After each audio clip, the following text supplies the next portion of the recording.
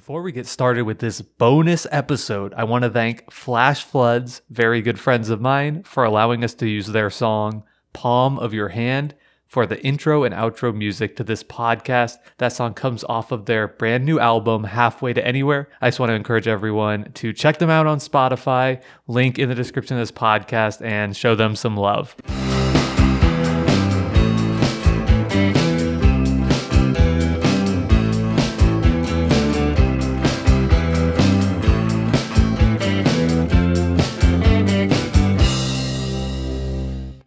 Welcome to Decision Space, the only show to take place right here in the space between the turns in your favorite games. I'm Brendan Hansen. I'm Jake Friedman. And this is the podcast about decisions in games. You may be asking yourself, wait, why is there an episode of Decision Space in my feed right now? And that's because this is a bonus episode thanks to all of our wonderful Patreon supporters. So thank you so much, patrons, for helping us to reach our goal of 20 patrons. That's incredible. And for that reason, we had a poll and allowed our patrons to choose the topic of this episode, which is going to be our favorite things about our least favorite games and our least favorite things about our favorite games. So Brendan and I have both picked 3 games for ourselves in each of those categories, and we're really excited to go through them. Yeah, I'm really excited about this topic. No surprise that our patrons came through with a really interesting angle. So I think it's going to fuel an exciting discussion. I just want to make sure to say thank you as well. It's always an excuse, nice to have an excuse to sit with Jake and record an episode. Also, even more exciting that it's so close to our next reward, which is that, or is it called a reward? It's like a goal or challenge. It's a goal. It's an unlockable challenge, just what all board gamers want. An objective. An objective, yes. Our next objective is to reach 25 patrons. We're at 24 right now. If we do that, Jake and I are going to record private tours of our own personal board game collections. And this objective bonus reward will just go to the patron feed, unlike this episode. But Jake and I right now are setting the next objective, the next goal, which is if we reach 30 patrons, so 6 new patrons, we'll do another bonus episode and we'll let the patrons vote on it again. And we'll be right back here recording more bonus Decision Space content for you. Yeah. So if you know a patron, thank them for making this content accessible to everyone. Brendan, what do you say we dive right into this topic? Yeah, let's do it, Jake. And I just want to say, I didn't go through and re-rank every single game that I've ever thought about or played. But I did decide for this. I did do my due diligence, though. I made sure to pick games that really are my favorites, that would be in my top 10 or at least top 20 right now.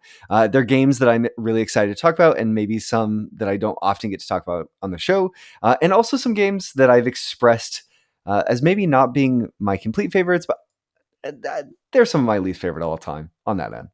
Yeah, I did the same thing. I think I might have picked the top 3 games from the previous recorded top 10 list. If so, happy accident. They're definitely among my 5 to 10 favorite games, without a doubt.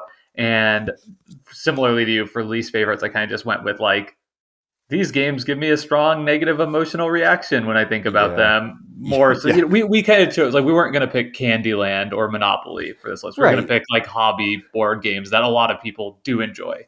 Yeah, absolutely. And the way we're structuring this episode is we're going to start with our least favorite things about our favorite games, and we'll end by discussing our favorite things about our least favorite games. So hopefully end on a positive note, talking about some things we don't typically otherwise like. But Jake, why don't you do us the honor first of talking about one of your least favorite things about one of your favorite games? That sounds great. And where else to start but with Steffenfeld's own The Castles of Burgundy. This is going to be no surprise to anyone who's listened to this show for any length of time. This is one of, if not my favorite game of all time. And it's a 10 for me, right? I love everything about it, but even in things we love, there's going to be a least favorite bit. And there are 2 things about The Castles of Burgundy that stick out for me as a little bit of disappointment, I guess. The first is about the core gaming experience, which is that sometimes I get in a sort of rut of playing this game where I feel like the play is almost too smooth. Like I've played this game so much to the point now where it's almost plays itself.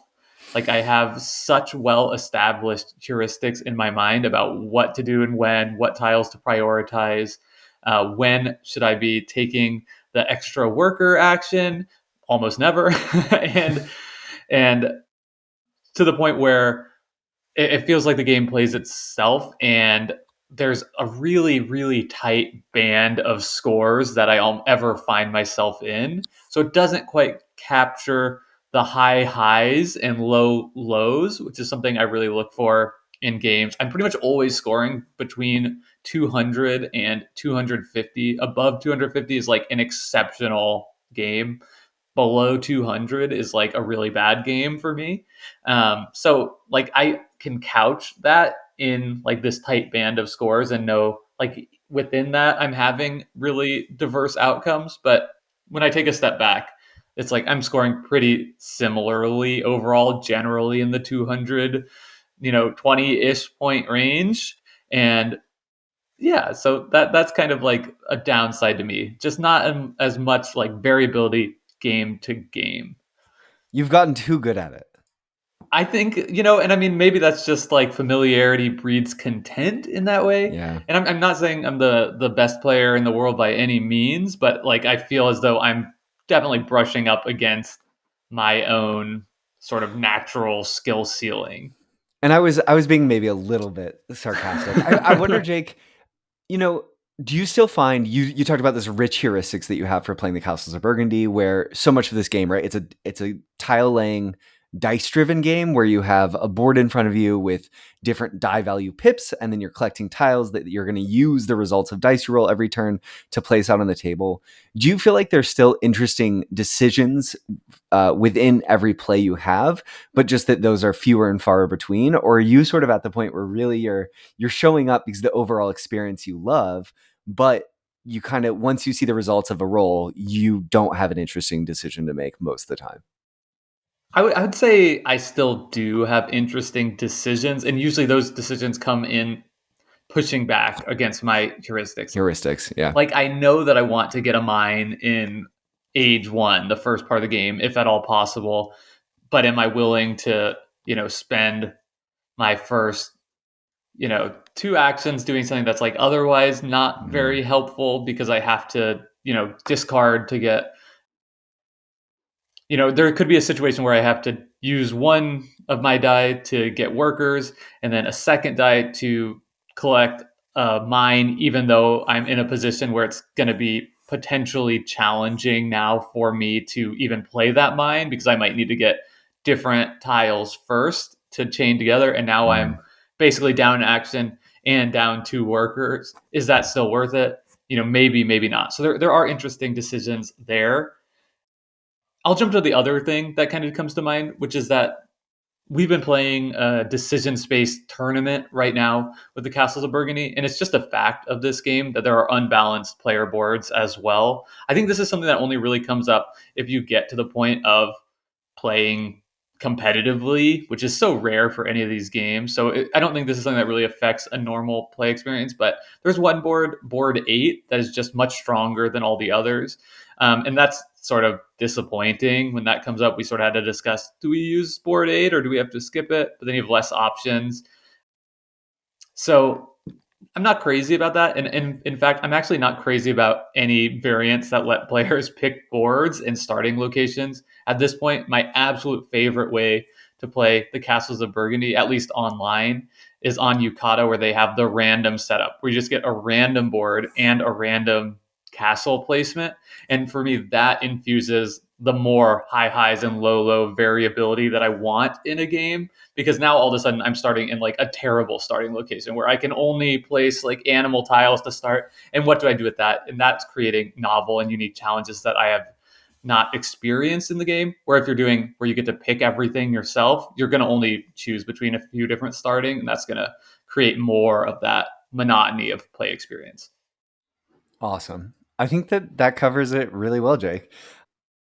It's fun listening to you talk about what your favorite game of all time, not in its most beautiful light. So I totally get where our patrons were coming at with this episode. I'm going to pivot to my first game, which is going to be a game that Jake doesn't love, but I think is awesome. And it's a game I don't get to talk about on the show very much, and that's Cosmic Encounter. So Cosmic Encounter is a 3 to 5 player negotiation, sort of tactical negotiation game, really at its core. And it was first released in 1977, but I've primarily played the 2008 Fantasy Flight Games version. In Cosmic Encounter, you have a unique alien power that allows you to break the rules in a totally different way based on whatever your unique alien power is.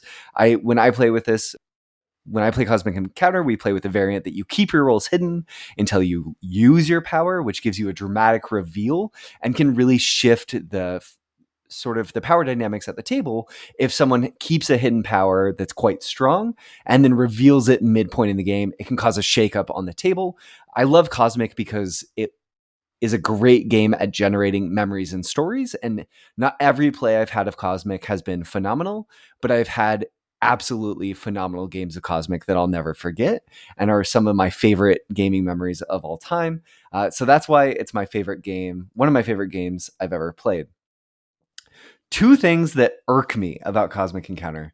So much of the excitement, the kinetic energy that fuels my desire to get Cosmic Encounter to the table is the excitement of seeing what special alien power I will have. I have 3 or maybe 4 expansions for Cosmic, and I've just taken all the alien powers that I've amassed and shuffled them into the base game, and I haven't spoiled it for myself. I haven't gone and read all the alien powers that I haven't ever seen before. I have left them hidden. So I love getting to see what my potential could be, which is why one thing that I really dislike about Cosmic is when I'm getting my alien power, if it flips and it's something really specific or a little bit narrow, that can lead to the game feeling less dynamic or a little toothless. There's a special alien power, Jake, in this game. You know, some of the alien powers are incredible. One of them is like, you're the zombie. Your ships can't die. All of a sudden, your fleet is just so much stronger than everyone else at the table. And that gives you interesting position to negotiate from. But also, what if I told you this game, you're playing as a human? Whoa. So boring. I think the human gets this like small modification in the amount of damage they can do when revealing attack cards. It's just like kind of asinine to me and seems like it goes a little bit at odds with the spirit of the game. But at the same time, winning as the humans would be really exciting. It's a little bit more challenging. But I think for me, the thing about Cosmic that can be a bit of a bummer is not necessarily when games overall don't quite pop, which can happen, but just when a personal game, you just get given a power that isn't going to fire too often, it's a little bit of a bummer. There's also moments where there's this special mechanic called the flare card where you shuffle these special cards into the deck based on all the alien powers that everyone selected. And it can be a really exciting moment when you get the flare card for your alien power because you get to use this enhanced version of that effect. And I think the flip side is if someone else gets your power or if your power never shows up, it's this sort of element of the game that doesn't feel quite as fulfilled. So I guess overall, it's the classic Cosmic sort of disappointment of not every game pops and you're just sitting there wishing it did. That's interesting. Yeah, you're complaining about like how this random element sort of can pop up in an unsatisfying way when that's also the exact thing The that point of the makes game. it great, right? Yeah, To those who think totally. it's great. So I don't know. That's interesting. It's mostly the powers, I'll admit. Okay. I don't want to play as the Like humans. some of the powers are just better than others and more Some of the interesting, powers, more fun. yeah, and some of them are more narrow than others, and it's a little bit of a bummer to get a really narrow power. It can be there's fun in that potentially to play from this like ham-fisted position, but frankly, I'd rather just all of us sit at the table with ridiculous red powers and try to navigate our way through the muck of like what is happening in this game. Like that's how I want to spend my 60 minutes playing Cosmic. Gotcha. Yeah. Well, if it's okay with you, I think we should move away from Cosmic Encounter to my number 2 game on my list of favorite games and something I don't like about them. And I'm going to go with Stefan Feld's very own Bruges. That's right. I'm using 2 Steppenfeld games, but to prove a different point. And I kind of thought like, oh, I can't have 2 Steppenfeld games in my top 3 games. But then I thought, first of all, I make the rules. Second of all, why not? Third of all, I'm gonna be honest with myself this year. That's my resolution. So I think Bruges and Castle Burgundy for me are like my number 1 and 2 games of all time. So I want to talk about my least favorite thing about Bruges. And I think this is a good example because it highlights something that is just bothersome to me in a lot of different games, which is that it feels like if you want to play this game as well as you can, it would incentivize you to do some really tedious memorizing in your downtime. And the way that comes up in Bruges, which is a game of dice mitigation, all and then everything else in the game is card driven, is that the cards come in suits of different colors. There's 5 different colors in the game, and blue, red, brown, purple, yellow. And each of those cards is a different, unique character, which is awesome, right? That's one of the incredible things about this game is you have a deck of cards, and right, talk about high highs and low lows. This is like my number 1 game for that. Are you going to get cards that work well together and you're just going to like explode to the moon point wise, or are you going to have a really difficult game where you're just trying to like make the best out of the non combos that you're dealt? I love that. So no downside there. The downside is that at many points in the game, you have to choose which card to draw between 2 colors.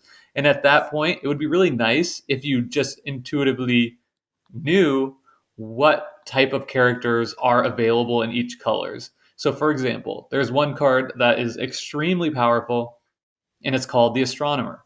So early in the game, it will help you to know that the Astronomer is a card that appears on a red backed card. So when you're deciding which cards to draw, if you're choosing an otherwise irrelevant choice between blue and red, you should probably be taking red. But that's like, it's not fun to memorize this stuff. And it's not only about like these few super powerful effects, which wouldn't be so bad. There's kind of overall effects that are shared across all the colors, for lack of a better word. And let me explain that a little bit better. There are suits of people in the games. There are nobles, there are artists, there are aristocrats, there are merchants. And for each suit of card, there's one card that gives you end game victory points for every card in that suit that you have. So if I have the card that gives me end game points for artists, and I have 3 artists, that's 6 points just off the bonus, which is a lot of points in this game.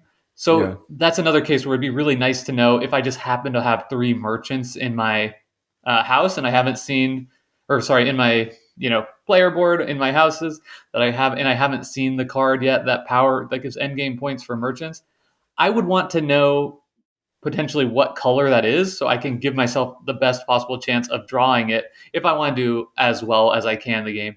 I don't happen to know all that off the top of my head. It's not really something that I'm striving to do in the game, but just knowing that I could become better at this game by memorizing something, and I don't want to memorize it, and I wouldn't encourage other people to do that, that's a downside for me. Yeah. We've actually talked a little bit. It's been a while since we talked about this on the show, but that sort of like partial information card backs, and it seems like such an enticing mechanism, but it creates all this burden potentially where players then all of a sudden, just with one little piece of asymmetry in the components themselves, there's this like, oh, but I should memorize what every single one of those cards is so I can make more finely tuned decisions. Yeah, a little bit frustrating. And the other interesting just thing that ties into this as an aside, I think is interesting, is that they in the original Bruges, you just have one deck of cards that's evenly split in half at the start of the game. So you have 2 stacks of all the different color cards shuffled together. In the re-implementation of this game in Hamburg, which came out this past year, they made the design choice to, instead of having 2 decks of a bunch of different colors, all the colors shuffled together, all the cards are divided by colors, so you can always pick from among the different colors at the beginning of your turn. And that strikes me, that's a pretty big change in the game for a couple of reasons, but if I feel like that exacerbates this issue, right? If you always have all the colors available to you, then you would even more want to know what you No. could possibly draw in each color. So. Yeah, absolutely. So that's Jake's least favorite thing about one of his favorite games, Steffenfeld's Bruges. Okay, Jake, my next game. It's a game I've talked about on the show, but only a couple times. Monolith Arena. This is a 2018 sort of re-release, reimagining of the game Neuroshima Hex. That is a much older game and a really celebrated title. But the way I've always played this game is as Monolith Arena, which I acquired. And Monolith Arena is it's truly a two-player tactical combat game where each player has a unique faction that they're using to play hexes to a shared hex sort of grid of 19 spaces. And essentially every tile in my collection of tiles is unique. I get to draw a few tiles and then decide which tiles I want to play to the board. And the tiles come in a few different flavors. There's these runes that enhance tiles around them, and units which have the potential to do damage. There might be range units and up close units. So you're taking turns going back and forth, adding tiles to the board and sort of building up and building up and building up. And then every once in a while, a tile will flip that will allow a player to start a battle. And then you resolve the whole board state. Things will do damage to each other, and it will sort of pare down. And it's highly tactical, really interesting combat game that playing it just clips. There's so many interesting decisions, and it sort of puts you in for me in the space of playing Magic, but playing Magic the Gathering, classic dueling card game, with some of the creativity that's there and the asymmetry and sort of having a unique faction with unique characters and units mixed with a game that I love, a computer game called Heroes of Might and Magic, which also sort of had interesting hex-based, turn-based combat. It's not exactly that. There's something unique and special here, but it evokes those two games and makes it something new. So it's just a game and system that I really love. It's one I dearly want to play with Jake because I think it would be right up his alley. There's two things I dislike about Monolith Arena. Number one, the box says that it's for 2 to 4 players. This is not a great game if you play with 3 or 4 players. The core box comes with 4 factions, and I found that if you try to play in teams, there's one of the factions that's just a little bit stronger in that setting in a way that kind of makes that experience feel like an afterthought. So that's a little bit frustrating. I personally, I think with a relaunch of Monolith Arena, its publisher Portal Games was trying to have this game reach a really wide audience, which is great. You want a higher player count. But realistically, at the end of the day, I think this is a 2-player game through and through that has 3 and 4 player rules. That's fine for me. But I kind of wish it supported 3 and 4 players because I could get it to the table more often.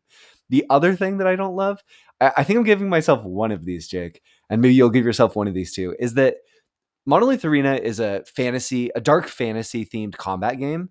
That's great. That appeals to me. I'm interested in having unique factions. One thing I don't love about it is there's some male gaze going on in the art that sort of turns me a little bit off and makes it harder to get it in front of people who might have an issue with the dark theme or even the combat theme in general. So this is a game that I would love to play with my wife, Maya. I think she'd really enjoy it. But the combat theme, the dark fantasy, and then the male gaze stuff, she's just like, why? I don't want to play this with you. Let's go play something else. Can we play a Reiner Knizia game? So is that like late 90s Magic the Gathering aesthetic? Where it's like edgy stuff? It's closer to that than maybe it should be. Yeah, it's a little bit of like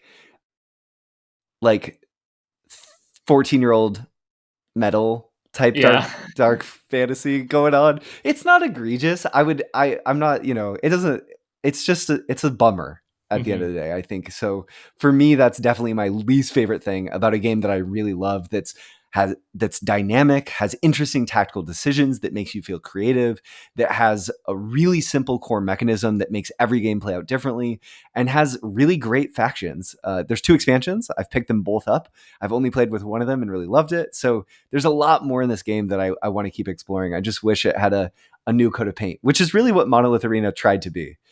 Neuroshima Hex was a dystopian sort of take on the same game, and I think that theme didn't really resonate in the modern market. So it's a bit of a bummer that they missed with their second swing. And that's Monolith Arena, one of my favorite games of all time.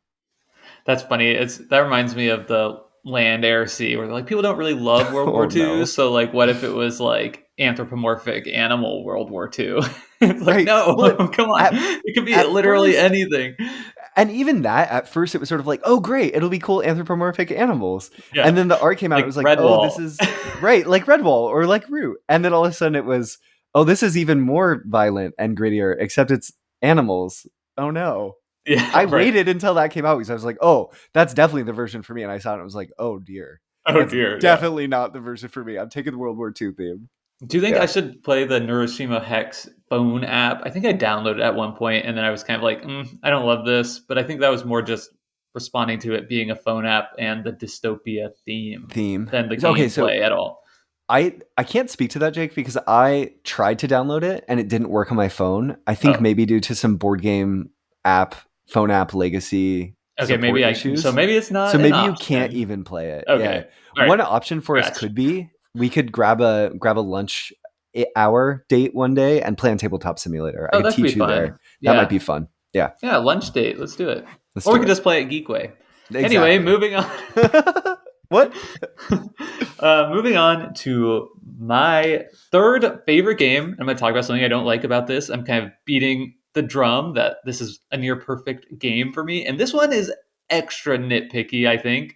And I'm going to be talking about Broom Service, a game obviously I love. It might be one of my most recommended games to people just because I think it's going to appeal to such a large swath of gamers to non-gamers spectrum. And it's one I always want to get to the table and will frequently bring places with me. So here are the worst parts about this game as I see them.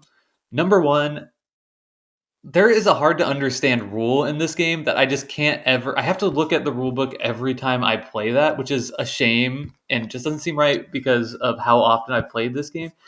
And I think it has to do with the fact that the board itself can be a little bit confusing looking as you're looking at the regions. Some of the There are towers. It's just like a very faint line dividing Yeah. up the regions, and then it matters where the towers you're delivering the potions to. This is kind of a pick up and deliver, which is Kiki's Delivery Service themed game, and it matters where the towers are, and so they could be in one region and on the edge of that region, or they could be on the border and sort of in both regions, and that can be a little bit confusing just looking at you. Kind of, I wish that was a little bit more visually clear, so that's a Yeah. small downside. But then it interacts with the druid cards, which there's the peak druid and the valley druid in this game. The valley druid delivers to castles in plains and forests. The peak druid delivers to castles in hills and in mountains. And the thing I always can't remember is, does it matter where the castle is or where your witch is? Because you could be standing in a forest and then there's a castle where that's on the border between the forest and the mountain. So technically that castle is in the mountain. I think the way that you're supposed to play it, if I'm remembering correctly, is that what you want to pay attention to is where your witch is and not where the castle is. But it's just a little bit like confusing, and people I find misinterpret that in play quite a bit. Yeah, I definitely second your sort of quibbles, not foibles, your quibbles with the illustration on the board. I think the board, all the art in this game is by Vincent Dutray, so it's evocative and it's great. But the usability of it does leave something to be desired every once in a while. And it's not so much that the game did it hugely detracts from the game, but just enough that someone once in a while might go to deliver a potion and you have to say, oh, that's not actually there. And then it Mm-hmm. kind of ruins the whole round and makes it feel bad feeling. So it's gotten to the point where I've started by, when I teach this game, really going through and sort of talking and trying to read the board together, which then is like, oh, wow, this extra thing that we have to teach how to Yeah. look at the board. Bummer. But it is what it is. Mm-hmm. So It's an that's amazing game. yeah. So that's number one. The other thing is that, and this is extra nitpicky, which is that one of the cool things about this game, one of the awesome things actually, is it feels like this box game, which is an inexpensive game in Yeah. general. It comes with like a full expansion worth of content, all kinds of different modules you can choose to play with or not. The flip side of the board is very different from the front side. It changes things considerably. And that's all well and good, but it does pose this challenge, which is like, I feel on one part of me loves that, and another part of me, because you can curate your own experience. Another part of me, it feels almost a little bit like lack of editing. Like, what is the best part of this game? What is the best way to play this game? Tell me. And I do think some of the modules are just not good. For example, I really don't enjoy playing with the amulets, which go in the mountain spaces at the corner of the board. And it's sort of a set collection with these amulets where if you get all three, you get 15 points, and you get to activate a special power in the mountain space where you pick up the amulet. And I find that when I play with that, that is just an over centralizing amount of points, especially when you couple it with the fact that you get the bonus action when you pick up an amulet. So there's just no reason not to go there. And then all of a sudden you have this board, but everybody's just going in a very linear path for the three mountain spaces. And I find that when that's involved in the game, I don't get to have as much fun with the core mechanisms of guessing and predicting where everyone might go, and with a more open feeling of people could be going anywhere and navigating however they choose. It's like, okay, of course everybody's going here, here, and here, and that can be an interesting puzzle maybe once, but in general, I'd be much happier if that was just left out of the game entirely. I also think the front side of the board is just a bit better than the back side of the board, which has these portals you can jump through and then get stranded on little islands where you can't come back from. That seems more interesting in theory than I found it is in play. So yeah, there you have it. Yep. I will say about the amulets, I think we talked about this on the episode some, but I like them a little bit more at 2 players than I do at higher player counts because it encourages interaction. But at the same time, one of the nice things about Broom Service is how open the decision space is and how many different directions you can move your witches. And it totally forces you to pursue those objectives in a way that just feels a little stale. Okay, so that was Jake's least favorite things about one of his favorite games, Broom Service. Which brings me to my final favorite game on the list, Reiner Knizia's Babylonia. Babylonia is a tile-laying game for 2 to 4 players in which players are trying to accomplish a lot of different things all at once with the same pieces all at once.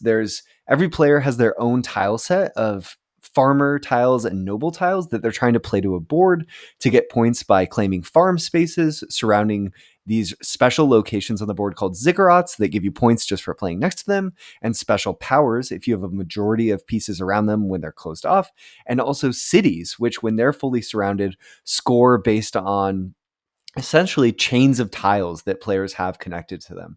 I find Babylonia is some of the most bang for my buck in terms of minutes and rules overhead in the depth and weight and sort of variety of interesting decisions that you get to make, and the amount of game that's there for a 45-minute game or a 25-minute game at 2 players, or even an hour game sort of at most at 4, with new players and to teach. I think Babylonia is just an endlessly interesting game that I'm always looking to play, and it makes it to the table easily.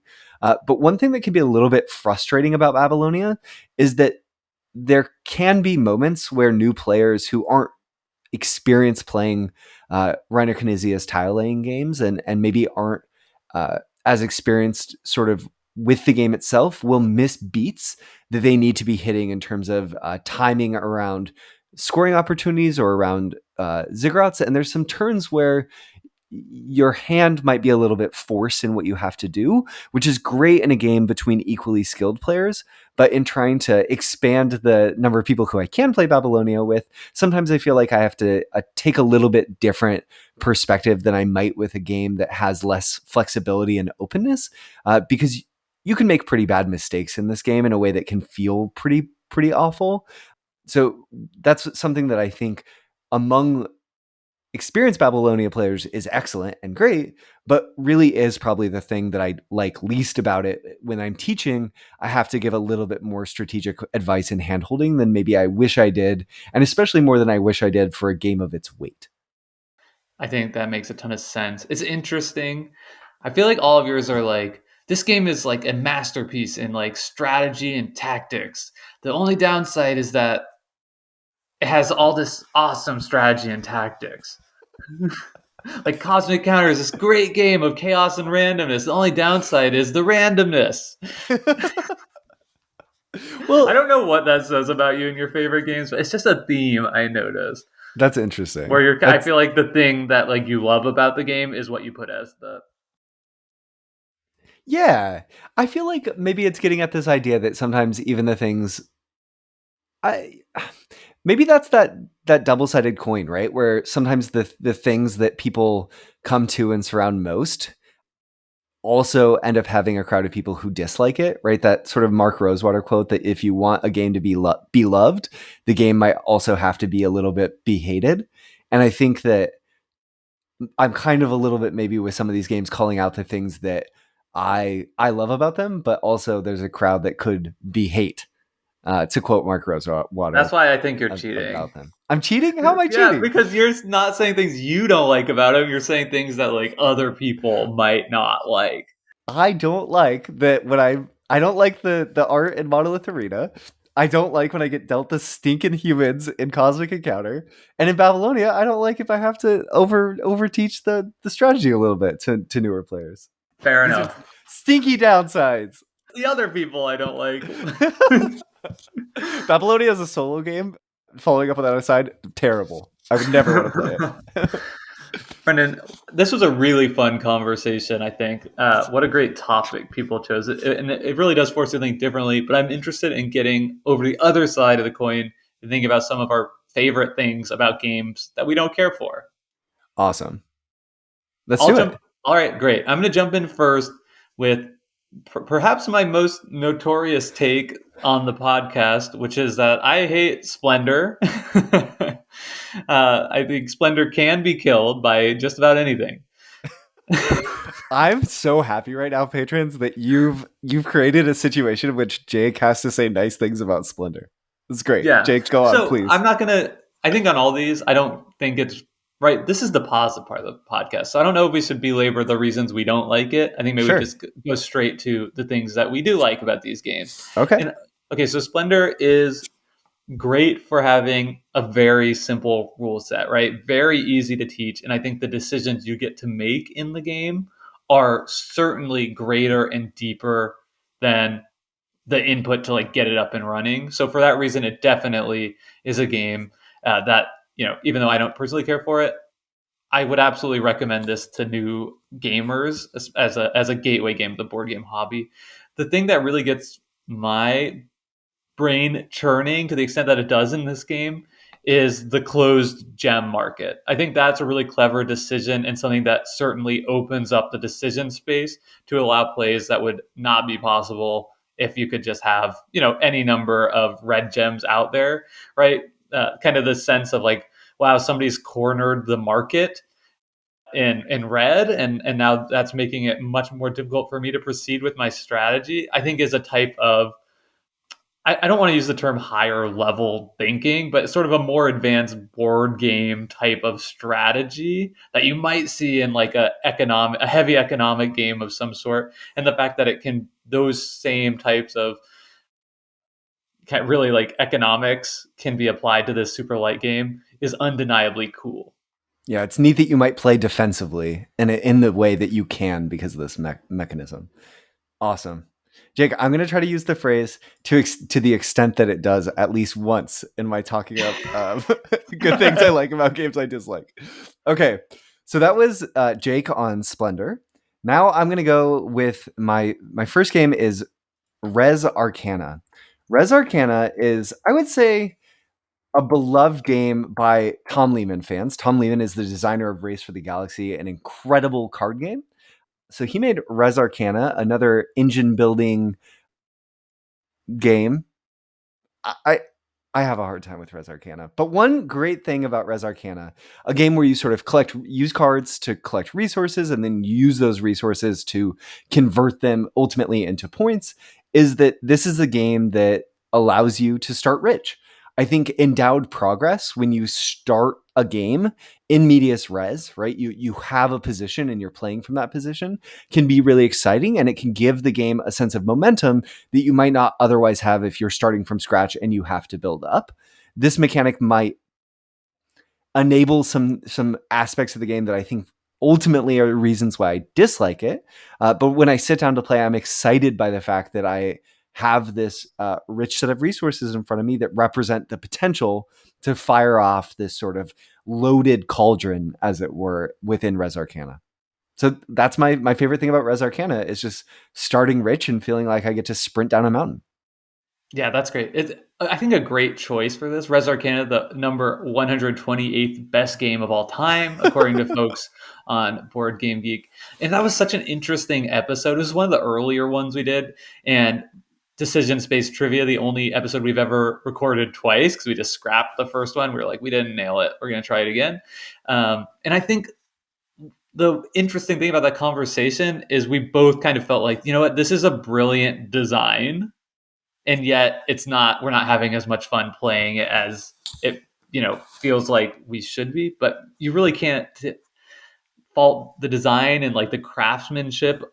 I think especially the card design is really phenomenal. That would be the thing for me that I most appreciate about the game. Yeah, absolutely. And I want to note that was episode 4 of Decision Space. Wow. And if you'd like to listen to some more episodes of Decision Space, just really quickly, Jake, because we don't have episodes on. I want to highlight where we have episodes. Jake, you talked about the Castles of Burgundy. We have an episode of Decision Space on that. You talked about Bruges. We have an episode of Decision Space on that. And you talked about Broom Service, which we also have an episode on. So if any of the and Splendor. And Splendor. Yeah, I'm 4 for 4. 4 for 4. Look at you, Jake, doing double time, higher order thinking to the extent that that's possible while making a podcast. Res Arcana by Tom Lehman, and now we'll go on to my next game. But before I do that, I wanted to make a note, just because I think it's interesting. Splendor, the game I talked about previously, number 197. So both those top 200 games, obviously greatly enjoyed by many people, just not us, respectively. The next game I wanted to talk about is Catan. Really a game that I will be quite happy if I never play again. A lot of that has to do with the fact that it's just very played out for me, more so than I have super big qualms with the design, though I do. But let's leave that there. The thing that I love about this game, I think the cheap one here, the cheat a little bit, is how many people it's welcomed into the hobby. And a big part of that, I think, is just how warm and approachable it is. When you sit down and look at the board and you have those nice wooden pieces, kind of the classic 1995 like Euro game stylings of everything is made out of wood. You've got cute little buildings, you've got roads, and so on and so forth. And I think that speaks to a lot of its success. It's just a warm, approachable thing that you can have in your house that families want to interact with, I think, to a greater extent than sort of the mass market board games that I grew up in. When in the days that I was playing Magic the Gathering, I remember seeing this in a game store for the first time, people sitting around playing a board game in a Magic the Gathering store. And, that was interesting. And looking at the game and them just like extolling how cool it is, like I immediately wanted to jump into it. And so that approachability is huge. The other thing I really like about this game is that you're like putting buildings onto the map, right? And building up your own little area. And at the end of the game, you have this look what I have built feeling. That's something that I really appreciate about a lot of games, because it softens the blow of losing, right? Because even though I maybe didn't win the game, I still accomplished all of this. I've done all of this on the map. And I was thinking about this recently because I was looking at a thread on Reddit soliciting board game recommendations, saying I really like Catan, sort of what's next. And I was trying to think of a game that you're putting buildings onto a map like Catan that I would recommend for that mechanism over Catan. And I actually had a hard time doing it. So I'm curious, Brendan, what other games are there in this space that like in that kind of light gateway family game where you're actually like putting stuff on a map that's like building up your engine? That's really interesting. I wish that I had thought about it more before right this moment. I You're on think the hot seat.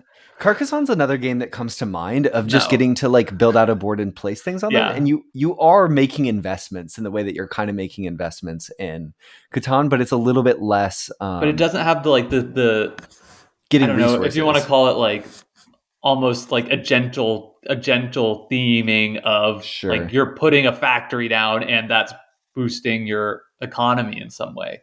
I think that is cool, and like it's like an intuitive connection of the theme to mechanisms. That's also a Totally. big plus for this game, and surprisingly difficult to think of things that do it better in a similar like accessible package.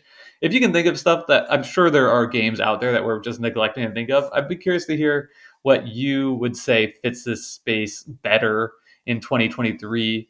So definitely let us know, in our email, in the Discord, etc. With the caveat that it has to be an entryway game. Yeah, yeah. Yeah. You can't say Brass Birmingham. Not allowed. Someone was going to say Brass Birmingham for sure. I think that Catan's an interesting one, Jake. I think it fits great on this list. For me, it's definitely not one of my least favorite games of all time, but I don't want to go back to it too often. I want to save the happy memories. So for me, the next game on my list is a game called Catacombs. Jake, have you ever played Catacombs? I've played. Is this the game where you flick stuff on the board? Yes, it is. Yeah, I have played, owned, and sold Catacombs.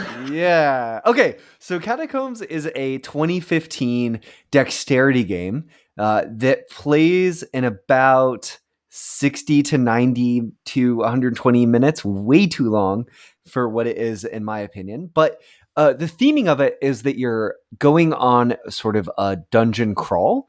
And instead of that dungeon crawl being that you have abilities that you can use to attack monsters, instead you have little wooden components that you're using. So if you are an archer and you're shooting an archer, you're going to use a really small thin wooden piece that you have to shoot across the table physically by flicking it with your fingers into a monster disc that's across the room. Oh, and also your personal player marker, that's a wooden component on the board too. So if you want to move, try to get to cover, you're going to have to flick and end up behind cover. We're talking about positive things, so that to the extent that I can, my favorite thing about Catacombs is the conversations around the cooperation and planning for teammates that can take place in trying to beat a mission in this game. I think it's fun to sit back and look at the puzzle that's on the table and then see if you can execute on the plan that you've made and how that might be carried out. So that is what I have to say about one of my least favorite games, Catacombs, a 2015 2-hour dexterity game.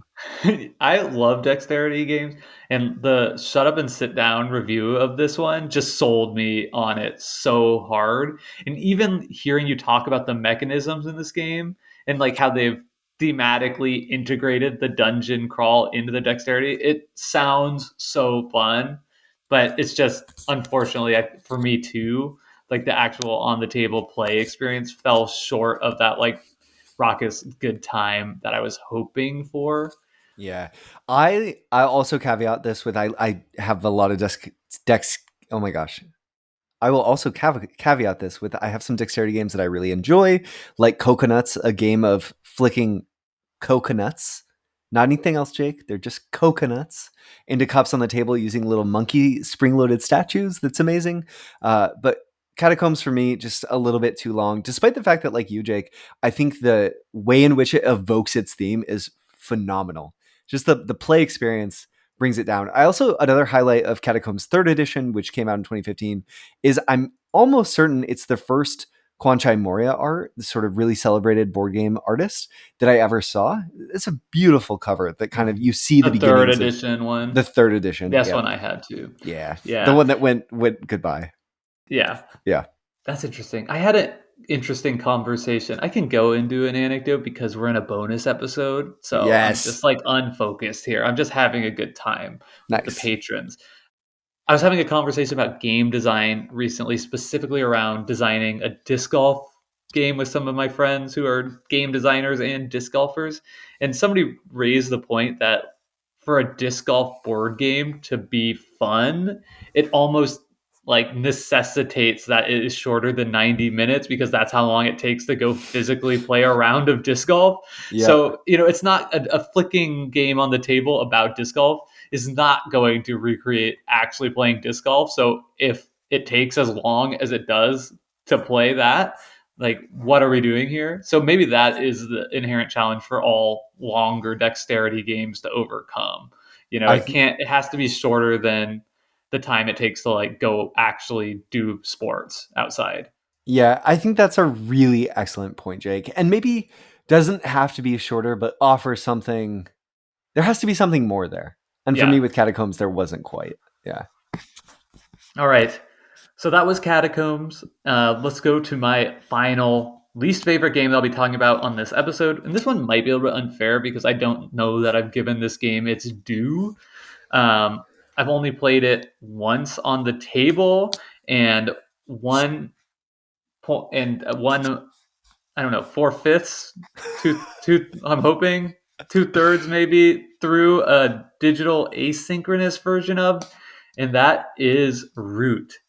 Really have not clicked with this game to say the least. But that doesn't mean there's nothing good to say about it. And one thing that immediately comes to mind about Root is how freaking beautiful and fun it looks. Like, it's the kind of thing that, you know, like I mentioned with Catan, that you just want to go to, you want to interact with, and I think even non gamers would look at Root and just be like, how does this thing work? I want to dive into this because that it's Kyle Farron, right? Who does the art? Yeah. Yep. Yeah, Kyle Farron's art I love it. I really love the look of all of his stuff. Root, for Oath, that art style vibes me. I love that. I think the other thing that's really worth celebrating with the Root is just the incredible ambition of this game's system. I think we need to do an episode on not asynchronous, asymmetric games in general. What makes a game asymmetric? And clearly Cole Worley has taken the idea of asymmetric games to a place unrivaled, starting with sort of the Vast system, which is the first time I heard about Vast. Like, somebody plays as the cave, somebody plays as the soldier, somebody is the dragon, yada yada. I know that's been re-implemented or in a new version about a manor where somebody's playing the haunted manor, somebody's the spider, somebody's something else, and all these things have totally different ways of playing and win conditions. The exact same thing is true in Root, which is risen in esteem of so many people, all the way up to the 28th best game of all time on Board Game Geek, where you have truly asymmetric factions that work in completely different ways from one another. And I think to have that as a core system and achieve balance in the way that this game clearly has, to sustain tons of competitive play, tons of expansion, all that stuff, is just an incredible accomplishment of design, whether or not the actual gameplay works for everyone. I think something as ambitious as this is inherently going to be something, in fact, right, that is going to have lovers and haters, as we've already discussed in some of these other games. Yeah, absolutely. I think, okay, Jake, to your point of this is a Patreon bonus episode, we get to do fun things, we get to throw bones. Let's just say we're gonna do a what we talk about episode on asymmetry in games. Yeah. So that's definitely on the schedule. It'll happen sometime in the next 2 months. I don't know about y'all. I don't know about you, Jake. I've really missed our what we talk about episodes, and I'll be really excited to return to those. So I think we also will probably do one on elegance as well. Yeah, That's going to be such a can of worms, but like, let's do it. It'll be fun. Yeah. Well, they both are. I mean, looking at some of the discussion in our Discord already about people not agreeing whether or not chess is an asymmetric game. So oh we my have a lot to gosh! talk about. Don't get me started. Okay, All right, so your last one. That was Root. Was Root. Yeah. Okay. Art and ambition. I think those are great things about Root. The final game on my list is a game that we covered all the way back in episode 8 of Decision Space. And it's a doozy. It is Terraforming Mars. Terraforming Mars is a mega hit board game. I think one of the most successful games of the last half decade. Number 6, best game of all time. Yeah. So this is a beloved game But like a theme of this episode, beloved things oftentimes have behaters, and I, to some extent, am one when it comes to Terraforming Mars. But there's an aspect of Terraforming Mars that I find absolutely delicious, and it's the funding of awards by players. So there's this mechanism in the game in which there are shared objectives. I think in the base game, there's a set of 5 of them. And I'm going to read out a couple of them so you can get the flavor. There's the Landlord Award, that is owning the most tiles in play. The Banker Award, having the highest money production at the end of the game. There's the Scientist Award, having the most scientist tags. Sort of things like this, these general large objectives that would be pretty good for you anyway if you pushed your play in that direction. So the way the system works is that players throughout the course of the game can elect to buy one of these awards. You can fund it. And when you fund this award, it becomes a shared objective for everyone at the table. So when you buy the Landlord Award, that gives victory points at the end of the game to the player who owns the most tiles in play, you don't buy it for yourself. You buy it for the table. You make that an objective that anyone can get. And what's really great about this system is that the person who buys the first award gets a discount. It costs only 8 money to do it. Then the next person to buy an award, it costs 14 money. And then the next person to buy the third and final award, they have to pay 20 money. So there's this really rich tension in the system where, one, you don't want to fund an award that you won't win. That's a huge waste of money that's going to hurt you. So you don't want to do it too early. If you do it too early, there's a real chance that you could end up funding an award that someone else is going to win. But you don't want to do it too late either, because then you have to pay a huge amount of money. And if you wait too late, there might not even be the potential for you to fund an award. So you don't want to miss out on that opportunity also. So I find that this system is really interesting in forcing players to make tough decisions around evaluating things that are at the heart of Terraforming Mars, like when is the game going to end? That's really the dramatic question of the game. And this mechanism aligns perfectly with that. And I think that it elevates it in a way that few other things in Terraforming Mars gets elevated. I think clever objective systems take good games and make them into great games. So for me, the funding and award system is one of the best things about one of my least favorite games, Terraforming Mars. Least favorite games, and yet you gave us like a 7 on the podcast. Care to Did I edit? really? I think so. I feel like you gave it like a high score.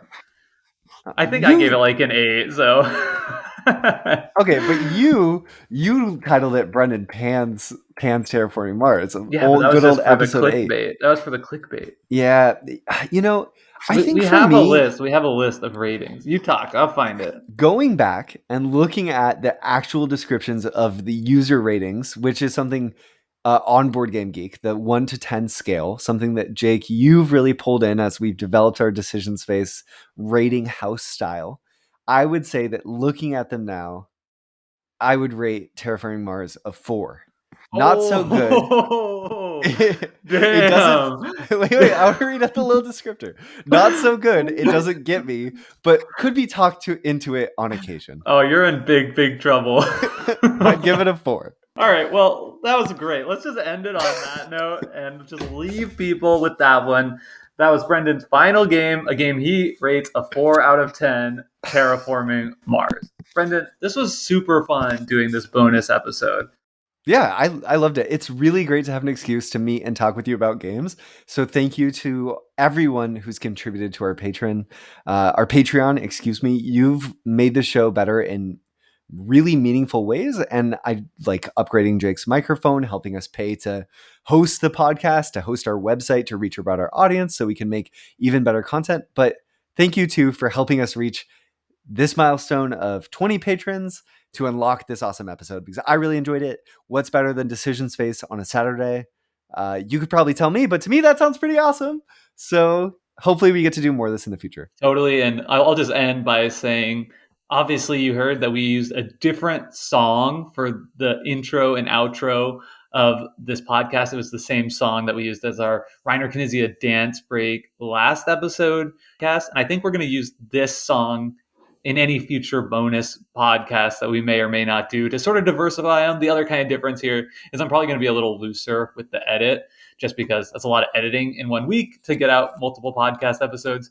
So I hope you can excuse us for perhaps a little bit more stuttering speech that I try and incorporate into our main canon episode. So thank you all so much for listening. We really hope you enjoyed this bonus episode brought to you by our patrons. One more time, thank you all so much, and I hope you have a great week. And really quickly, if you want to learn more about our Patreon, just go to decisionspacepodcast.com/Patreon. And you can learn more about it. And until next time, have a great week, y'all.